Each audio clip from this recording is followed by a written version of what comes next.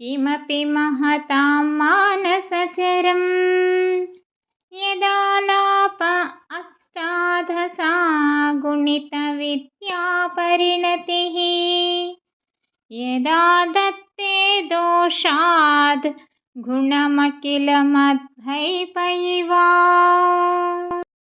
ఈ శ్లోకంలో శంకరాచార్యుల వారు పార్వతీ పరమేశ్వరులు యోగుల హృదయాలలో ఎలా విహరిస్తున్నారో వర్ణిస్తున్నారు.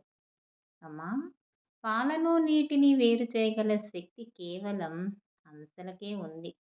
ఎంతో పవిత్రమైన మానస సరోవరం హంసలకు నివాసం. పార్వతీ పరమేశ్వరులు హంసేశ్వరుని రూపంలో యోగుల మానసం అనే సరోవరంలో విహరిస్తూ ఉంటారు. వారు తమ భక్తుల యొక్క దోషాలను వదిలివేసి గుణములను మాత్రమే స్వీకరించి భక్తులని అనుగ్రహిస్తారు.